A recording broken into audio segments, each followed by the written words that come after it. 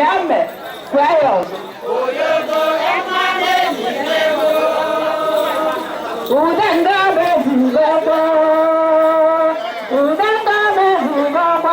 gabana no zugaba kwelewu ayare manyame kwayos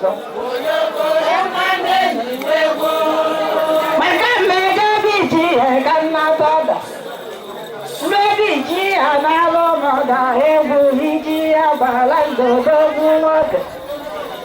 kwene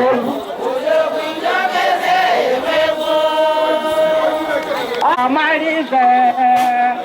balo fe kojulanya obeke diko chale mokandano balo kota amarife balo fe kojulanya obeke diko chale mokandano ezi karora mbodogu mo ede mono da mono bukapa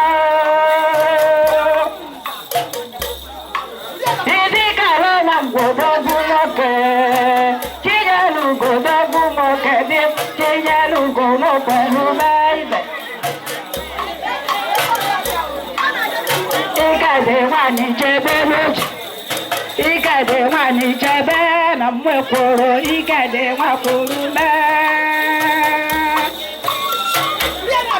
Mefo meji kade na ganozo O meji kade na ganozo egu ikade wani chebe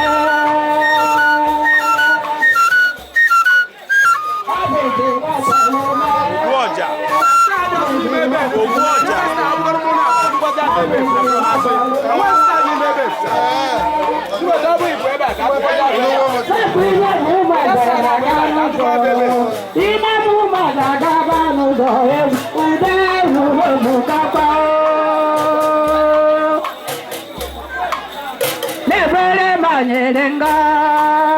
Ebele manyerenga muja jambo dogo kanje jambo dogo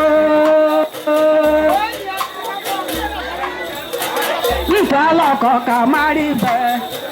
Mantalo fe kojuvanya ofe kebiko chare mukanganozo Christopher wani chebe Christopher wani chebe Christopher wani chebe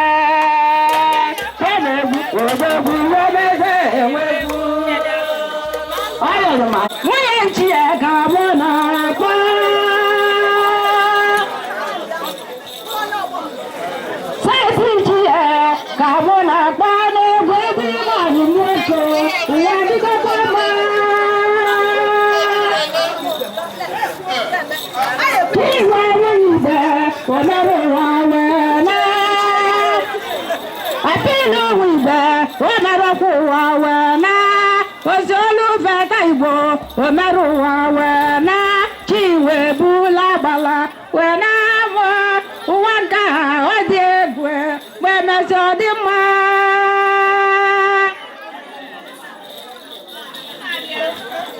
Ndana mweze kapte kamputa Makamelu kwa bogene Mana di bogene na mweze Owuburuye Dibogene na mweze na wawuye Ichi enyi Dirikane diogene Enyi wamba nugweko Nuwa digoma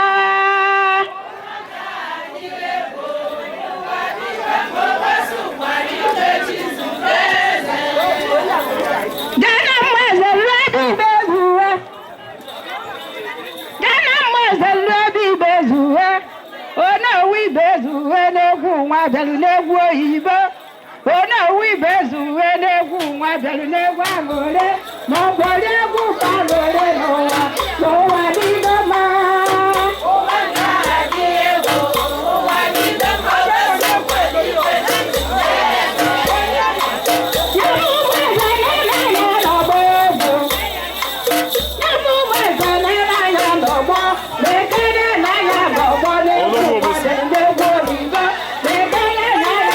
Obosi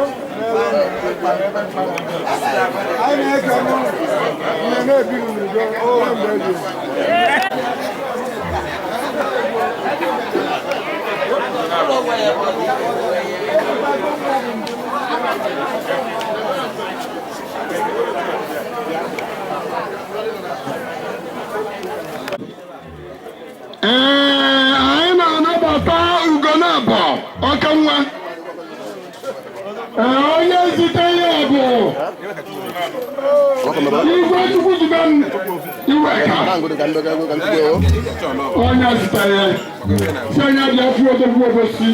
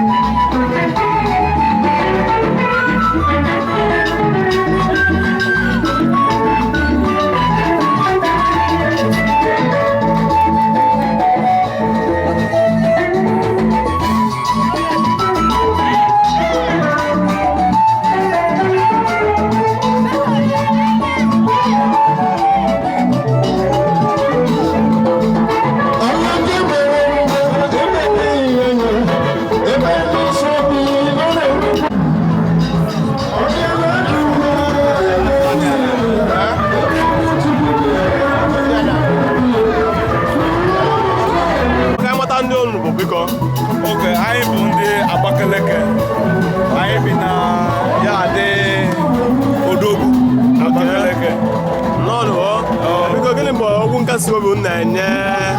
odogwu maka nwanne nwaanyị bụ ya nwụrụ na-asị ya kasịa na Chukwu bi n'igwe mara nke ka mma Chukwu amakwe ka ụdị ihe a mee ọzọ n'aha Jizọs nnọọ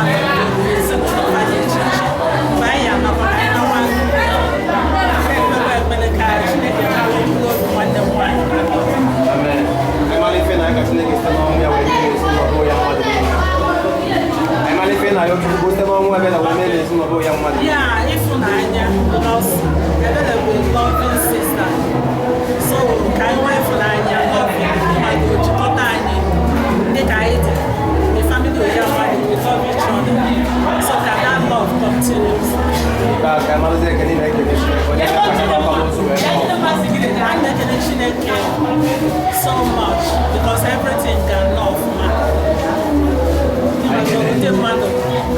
They have known to so I thank God for everything.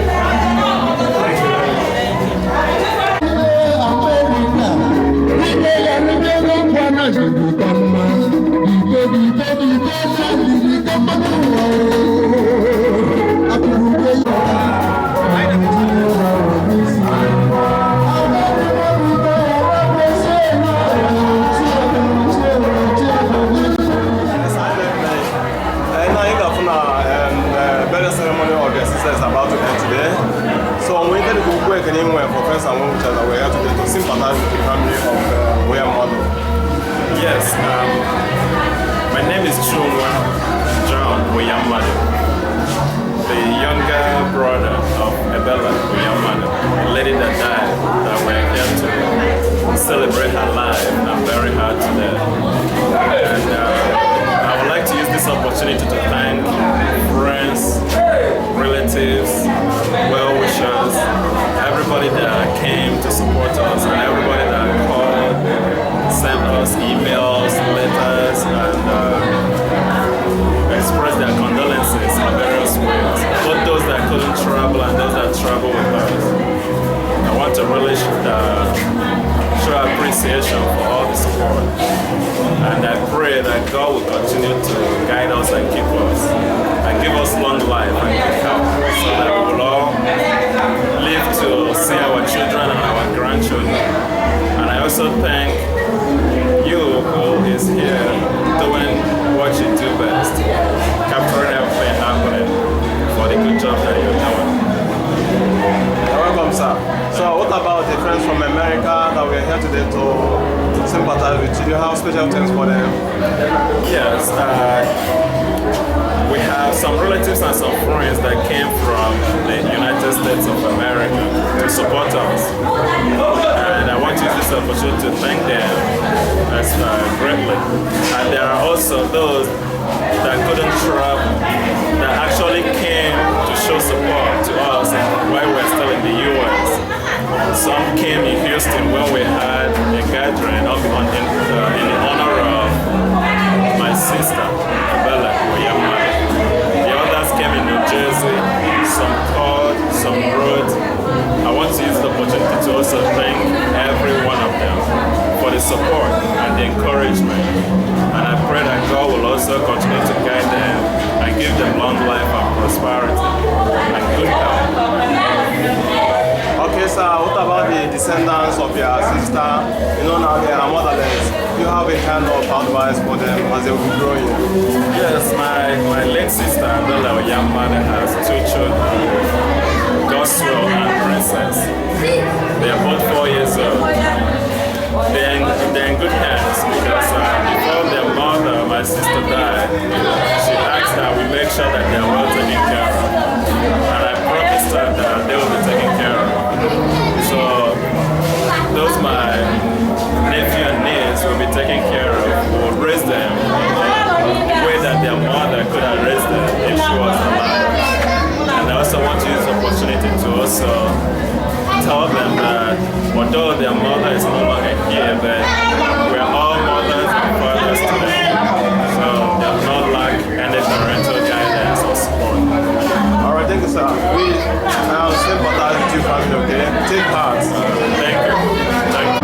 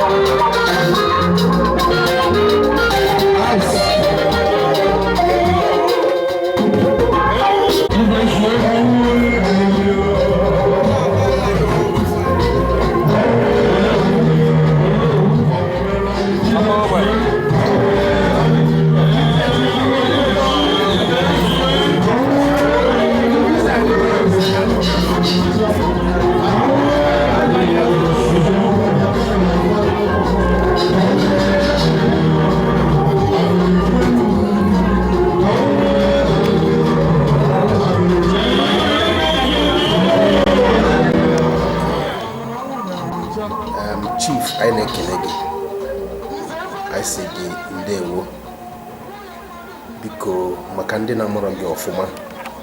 ọ ga-amasị anyị ka ịkọwa kenele anyị afa gị n'uju. Daalụ. Afa m bụ Ichie Dr. Chiedu Nathan Uyamadu Odogwu Obosi. Daalụ. Odogwu Obosi anyị na-ekene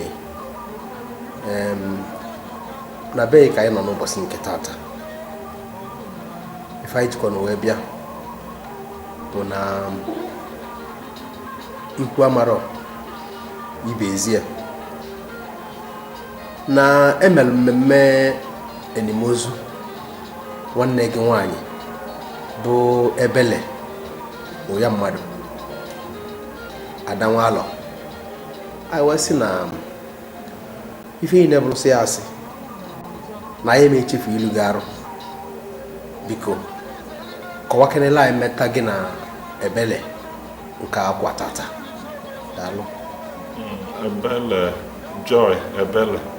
Uyamadu bụ nwanne m nwaanyị, obere nwanne m nwaanyị nke tọta ọdụ nwa. Anyị na ya nọ Amerịka. Ọ bụ nọọsụ na Atlanta, Georgia. Ọnwụ wee bịa wee kpọọ buru ya wee bunata ya sị ka anyị bịa nie ya n'ụlọ. Na ndị Igbo si na o jee ije nwe ụna na isi nwa ndị Igbo ara atọ na mba. O wee buru ya ka anyị ji wee bunata ya sị ka anyị bịa nie ya n'ụlọ wee kwa ya ka omenala Igbo si wee dị. Daalụ. Odogwu Obosi unu mekwa n'ife unu ya eme. Ọ bụrụ ndị Igbo agha sị na unu bụ ife ewu ya ata, anyị kene nuri nne maka na ọ dịrọkwa n'izi mmadụ enwu ife dị ka n'obodo oyibo wee fụkwa ndị sikwa aba wee burie wee nata n'agbanyeghị ego a ga-aghafu maka na onwe ndị nwụrụ na obodo oyibo enyefe na obodo oyibo n'ụzọ maka fa mana ụnụ kaba arụ iwe sị na nwanne ya nwaanyị ama atọ n'ụzọ. Anyị na-asị gị ndewo. Na mbụ anyị na-asị gị jide obi ya aka maka na anyị eme ajụchukwu ajụ ife dị taa ji wee mee. Nwanne ya nwaanyị a bụ Ebele Joy Uyamadu. O kwere nghọta na ịmali ọfụma maka izigbote nwanne ya ka ọ bụ ịma ka o si ebi ndụ malụkwanụ etu ọ na-abụ na asị onye a kọọla ya akụkọ maka ndụ onye a bi enweghị ike kọọ ya. Ị nwere ike inye anyị nwa obere akụkọ gbasara nwanne ya nwaanyị a ka o si ebi ndụ ya? Ebele ka m si wee kwuo na obere nwanne m ka ọ bụ na onye ntọ mmadụ nọ wee tọ iwee malụ otu obere o si bụrụ obere nwa ebe nọ na anọ m ọdụ ka nne ya maka na nna anyị taa aka o ji wee nwa bụrụzi nna dịka diọkpala na ka ọ bịa ọ gbagota Amerịka na ọ nọbụ ya na di ya nọ Naịjirịa. Ya nwa bụrụ onye na-akọ ụkarị nne di ya nọ bụrụ ụkọchukwu. Oge ifesibezi ike n'ụlọ sị kapa gbagota bịa ka anyị na fa nọdụ na Amerịka kapa wee makwa ka ife esi dịrụfe ebe a ọ bịa. Ya nwa na-akụzi nkụzi ka ọ nọ ebe a ka ọ jesiri yunivasiti bụ nkụzi ka ọ na-akụzi bifo ọ bịaba. Mana mmadụ na-agba mbọ bụ onye na-agba mbọ na-agbasi mbọ ike na-agụ akwụkwọ na-agụsi akwụkwọ ike maka ka ọ bịa na Amerịka asị ka ife ọ ya emedu ka ọ wee nweta ezigbo ọrụ na Amerịka. Asị na ka ọ bịa na-ajụ na ụmụnne ya maka mụ nwa nọ nke ntọta bụ barista Emeka Uyamadu nne ya. Ọ sị ka ife ya emedu ka ife wee yara isi aka ike n'ịchọta ọrụ. Asị na ọ chọkwa n'ọnụ ụlọ ọgwụ ka ọ ya eji elu ya nọ o nwere ike ime nọọsụ. Ọmụchasị asị makwa na ya merụọ sayensị na sekọndịrị skuul nke ya na-eme na yunivasiti. Ya na ya makwa ma nọọsụ ya ekwu ife nọọsụ na ya ekwu eme. Ọ ga-agwa asị na ọ ya emenwe mana igbu ogologo akụkọ nkenke oge ọ banye wee bido na ọ mesịrị grajueti na klaasị ife a na-akpọ summa cum laude efe bụ nọ ee ka o nwere na kọọsụ niile wee gosi bụkwa na nyanwa na mebi ofu ma ịbụa ndị oji ọzọ nọ na kapania nọ na klaasị mana ọ bụ ndị be asị na ọ nọ n'isi klaasị ka emesi wee bụgide ruo egụta bachelor's degree na nursing a na-akpọ BS bachelor's in nursing wee were lụba ọrụ bụrụ critical care nurse n'ụlọ ọgwụ ebe ọ na-arụ wee banyekwa skuul na-eme bifo ọnwụ wee bịa nọ na achọ ifinish masters na nursing ọ na-achọ ime nke a na-akpọ na America a na-akpọ nurse practitioner program nke bụ nọọ mmadụ akwụkwọ nara atụ n'egwu bụrụ mmadụ na-agba mbọ na-agbasi mbọ ike ka ọnwa bịazi ọrịa ọ bụrụ na nnukwu ife ka ndị bụ ya mmadụ ewepụ ndị bụ ya mmadụ na-arụ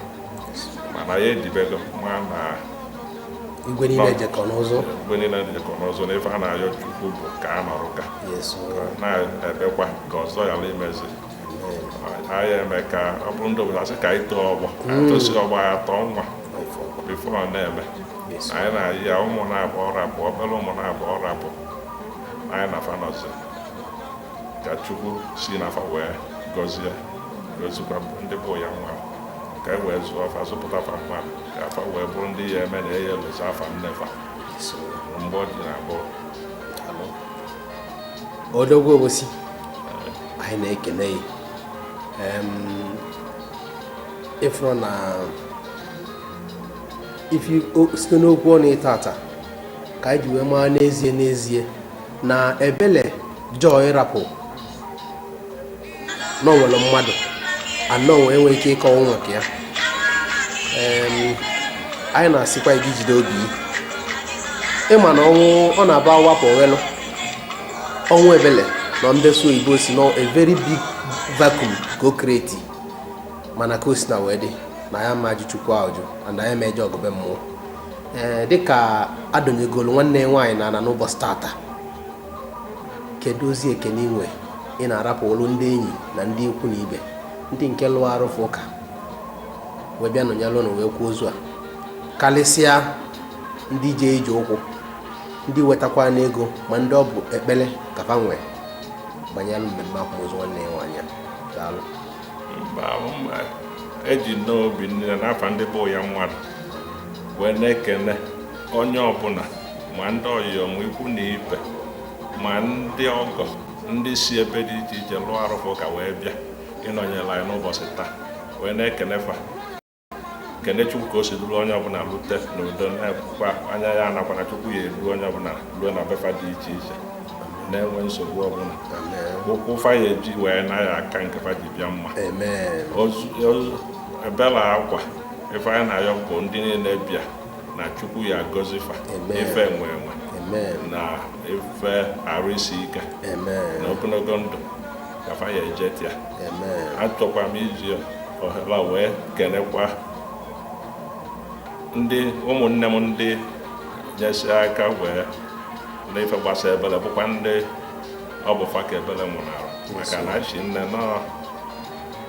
mụnwa bụ diọkpara ka a na-ajụ mana ọ bụrụ ọsọ m na-akwụdolu mbụ na-anọ maka na bụ ya mmadụ na anyị na-eme ka ife ọnụ o metụ ofe onye metụta ndị ọzọ na asị na bunu ibu anyị danda na mma ekene ịchọ ikele ezi nwanne m nwoke bụ barista Emeka Uyamadu nke ntọta na ife na ọ naghị ncha ka o mee mana mgbagharị o sokwa wee gbagharị kene Mrs. Chiazọ Ugonna ada nne m nnukwu nwalọ nne Miracle Asọmta kene ya maka nke ome na otu o si wee kwado na mgbagharị na-agbagharị n'ibu na-ete Ebele wee bịa kwa ya wee sorokwa bịa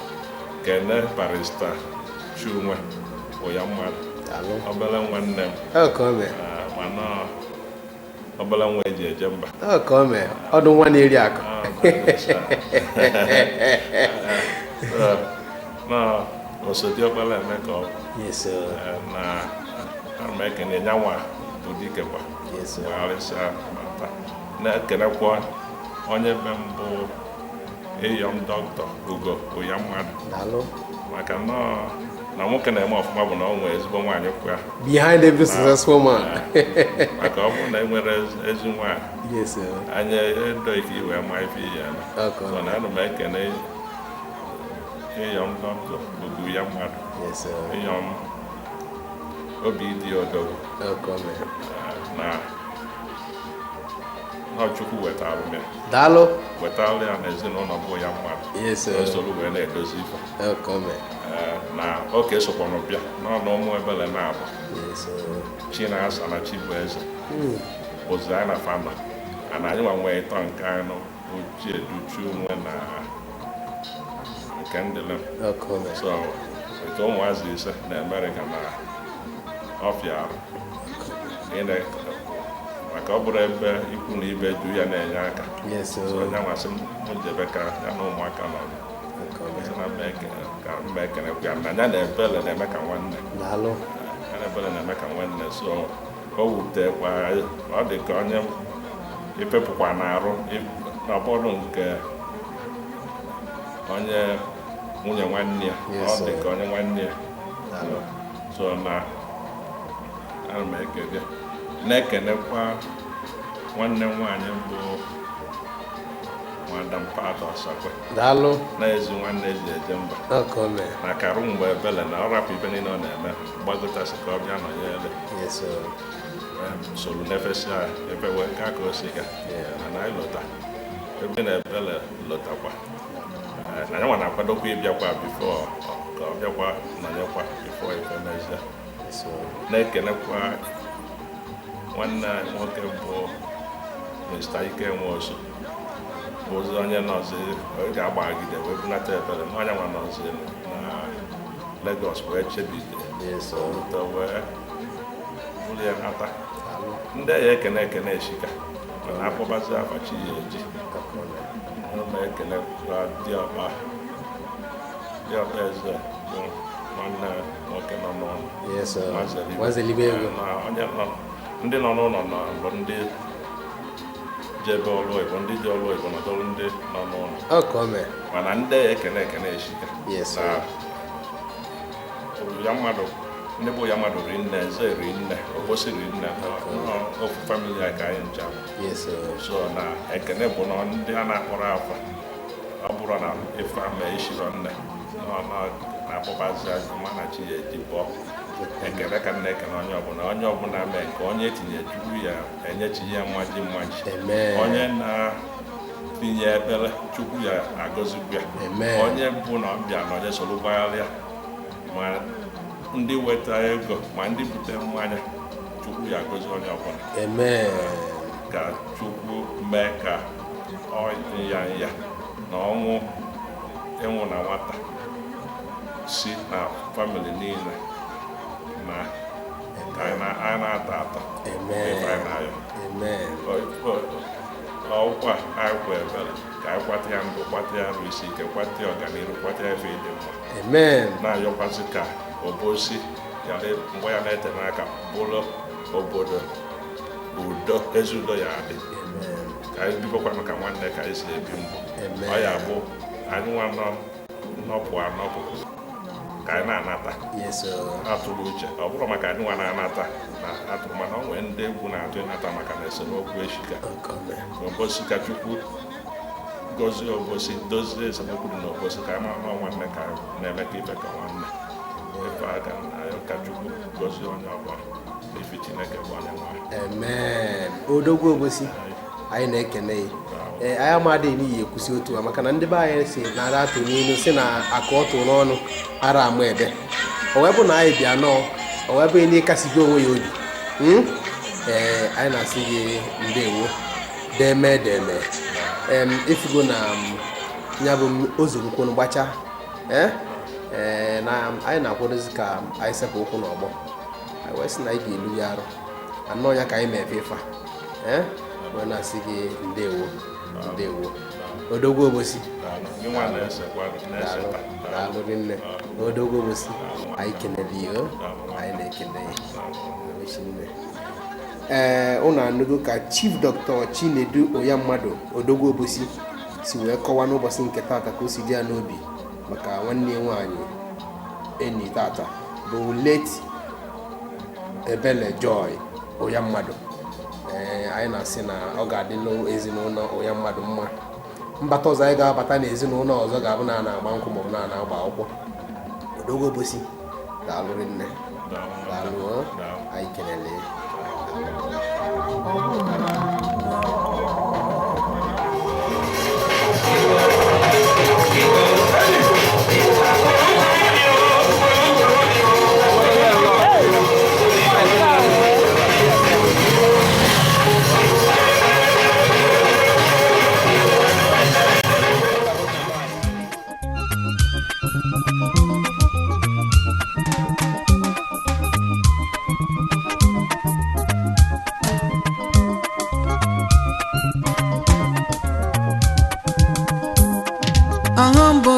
ebube